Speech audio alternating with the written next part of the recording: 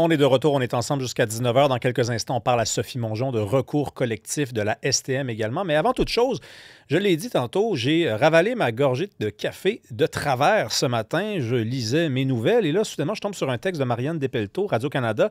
Des propriétaires peinent de plus en plus à trouver des locataires à Montréal. Là, je me suis dit, je suis mélangé. Hein, j'ai-tu pris un coup hier? Non, il me semble que je n'ai rien fait de farfelu. Les mots sont dans le bon ordre. Les propriétaires offrent des mois de loyer gratuits. Là, je me dis, on ne sort pas d'une crise du logement. Nous, on en parle avec Martin Messier, président de l'Association des propriétaires du Québec. Bonsoir, M. Messier. Bonjour. C'est un peu surprenant, là, tout ça, là. Ben, effectivement, je pense que personne ne s'attendait à ce que le marché retrouve des logements libres aussi rapidement. Puis, particulièrement des propriétaires. On voit des propriétaires dans plusieurs secteurs là, qui doivent offrir des mois de loyer gratuits, d'autres qui préfèrent attendre puis espérer trouver un locataire au prix réel de ce logement-là. Mais c'est effectivement un phénomène qui prend de l'ampleur. Comment on l'explique, ce phénomène-là? C'est vrai qu'il y a plusieurs facteurs. On se fait dire par certains que, bon, leurs locataires ont quitté. Dans certains cas, ils sont retournés dans leur pays d'origine en raison des craintes ou des restrictions relativement à l'immigration. Donc, les nouvelles règles qu'on a mises en place ont un effet. Il y en a d'autres qui nous disent, bon, écoutez, il est retourné chez ses parents, donc ça coûtait trop cher la vie, il est reparti vivre à la maison. Et ça, donc, on en a plusieurs, des familles là, qui préfèrent demeurer ensemble plutôt que de louer un logement, en raison des prix du logement, également des prix de tout ce qu'on connaît. Insécurité économique, on le ressent, là, l'insécurité sur le milieu de l'emploi, dans nos jeunes travailleurs qui cherchent toujours des emplois. Tout le monde nous parle du phénomène là, tout ce qui s'appelle tarif, puis l'incertitude générale créée par ça. Ça se véhicule également chez les locataires. Je dirais que l'insécurité fait en sorte que les gens restent plus ensemble que de se partir en appartement. Oui, les tarifs, là, ça commence à être un peu tiré par les cheveux. Là. Si on... Non, c'est pas rien tiré par les cheveux. C'est juste le mécanisme du marché où quand les gens sont craintifs, ben, une des premières dépenses qu'ils peuvent économiser, c'est le loyer. Ça va tout ça ensemble, le climat d'incertitude. OK. Pas le tarif lui-même, on n'a pas de tarif sur des logements, là, je suis d'accord avec vous. Oui, effectivement, c'est ça. Ben, je me disais peut-être que vous avez des informations que je n'ai pas. Il est question aussi des mises en chantier. On dit qu'il y a eu plus de mises en chantier là, en 2023 puis aujourd'hui. En même temps, ces appartements-là qui ont été mis en chantier, ils ne sont pas devenus disponibles d'un coup comme ça. Là, parce que ce qui surprend, en fait, M. Messier, c'est qu'au mois de juillet, on nous parlait encore d'une crise du logement. Puis là, on est rendu 3-4 mois plus tard. Puis là, c'est rendu une crise du propriétaire. Bon, je pense pas qu'on soit en crise du propriétaire, mais on voit ce qu'on n'avait pas vu il y a longtemps. Vous savez, ces phénomènes-là, là, ça fait la vague. Hein, il y a une crise du logement, et ensuite on tombe dans le phénomène où on donne des mois de loyer gratuits parce qu'on manque de locataires. C'est pas nouveau. Là, c'est un cycle qui se reproduit. Ce qui est étonnant, là, c'est qu'on arrive dans ce cycle-là un peu plus rapidement que ce qu'on avait escompté. Il faut voir aussi que, évidemment, les logements qui ont plus de difficulté à trouver preneur, c'est pas ceux qui sont les moins chers. Donc, il y a également une mécanique de marché. Quand on a un immeuble neuf, ben, on a des coûts de construction qui, eux, sont nouveaux. On a une mise en marché qui est différente.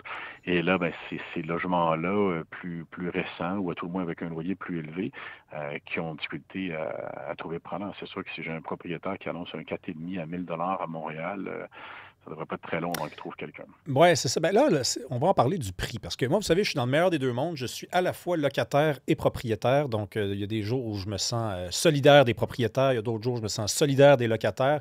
Une chose est certaine, c'est cher un loyer à Montréal. Est-ce que c'est pas...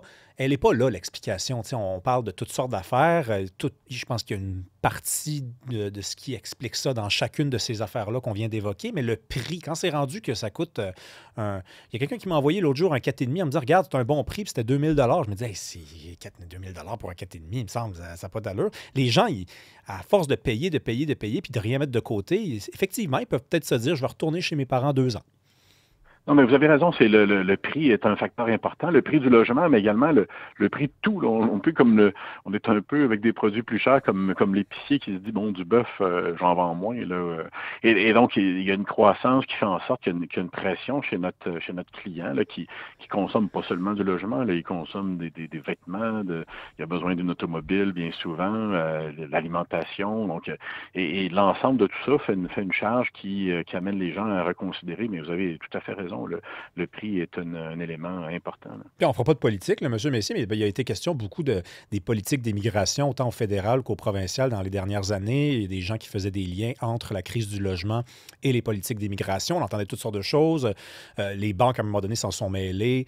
On dit, oui, il y a un lien entre les deux. Là, on reconnaît ce matin, là, quand même, du côté des propriétaires, que le fait, par exemple, que les politiques ont changé concernant les étudiants étrangers, ben, ça fait en sorte qu'il y a des appartements qui se libèrent. Donc, finalement, les politiques d'immigration font en sorte que les locataires, aujourd'hui, bénéficient d'une plus grande marge de manœuvre. Ouais, effectivement, à chaque fois quand j'ai un nouvel arrivant, à peu près, pas toujours, là, mais il y a des cas d'exception, mais à peu près dans tous les cas, c'est quelqu'un qui a besoin d'un logement. Donc là, à partir du moment où j'en ai moins, ben effectivement, la pression sur le logement est moins forte, qui fait qu'on va retrouver des logements libres, effectivement, plus rapidement. Hey, en passant au travers des moyens là, qui sont utilisés par les propriétaires pour attirer des locataires. Donc, ben, déjà, on dit que les locataires, des fois, chattent avec le propriétaire, ils s'échangent des messages, puis là, ils disparaissent parce qu'ils ont trouvé mieux. Il est question de mois, de loyer gratuit, un mois qu'on donne gratuitement. On donne même un stationnement gratuit. On parle d'électroménager. Y a-t-il autre chose que les propriétaires peuvent utiliser comme moyen pour être alléchants? On a aussi des abonnements au gym. Il faut juste faire attention autant pour le propriétaire que le locataire, là, mais qu'il n'y ait pas de malentendu sur ça. Donc, si on donne des électroménagers, dans le passé, on l'a vu. On a vu à l'époque, ça s'appelait la Régie du logement, là, qui disait, ben, c'est écrit, par exemple, le mois de juillet sera gratuit, ben ça. Que c'est pas clair, que c'est le mois de juillet, par exemple, 2026, que la gratuité n'est pas renouvelable. C'est la même chose dans le cadre d'un stationnement ou d'un abonnement au gym, là. Si j'écris dans un bail, l'abonnement au gym est inclus, puis j'ai pas de précision sur le fait que c'est une gratuité temporaire, ben, ça risque fort de se retourner contre le propriétaire qui va se retrouver à payer un abonnement au gym tant et aussi longtemps que l'autre va être locataire. Donc, il faut faire attention là, dans le libellé. Tout ça, c'est dangereux, ces mois de loyer gratuits-là. Ce qu'il faut savoir aussi, c'est que c'est dangereux parce que, bon, comme on le disait, on l'a vu dans le passé, donc il y a une jurisprudence abondante sur le sujet, qui dit que si je renouvelle la gratuité, parce qu'un des dangers de ce phénomène-là, c'est que si je loue à quelqu'un qui a besoin de 3 mois de loyer gratuit pour que ça fonctionne avec son budget, ben l'an prochain, quand j'arrive au renouvellement, il y a de fortes chances qu'ils me disent, écoute, là, j'ai pas gagné à 6,49, là, mon budget est encore le même, je veux un autre 3 mois gratuit.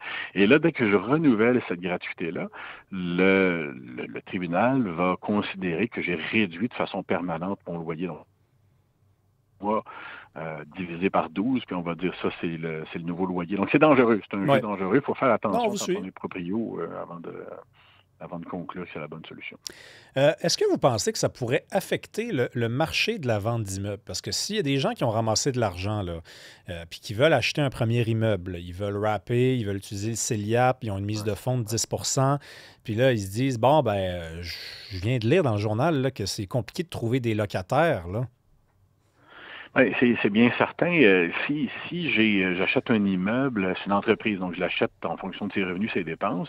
Et là, si les revenus sont affectés ou à tout le moins à risque, ben, je vais devoir reconsidérer parce on a des propriétaires, on en a présentement là, qui trouvent ça difficile. Le fait de ne pas avoir un loyer, ça veut dire qu'il faut mettre de l'argent sur une marge de crédit, hypothécaire ou non, mais il y a des gens qui vivent la situation difficilement. On n'a pas, c'est pas tous les propriétaires qui ont cette souplesse-là. Puis on parlait tantôt de réglementation. Évidemment, c'est très rigide le prix des loyers. Quand j'ai un locataire qui demeure en place, ben, il y a droit au maintien dans les lieux au même prix, sauf si c'est permis par le tribunal. Bon.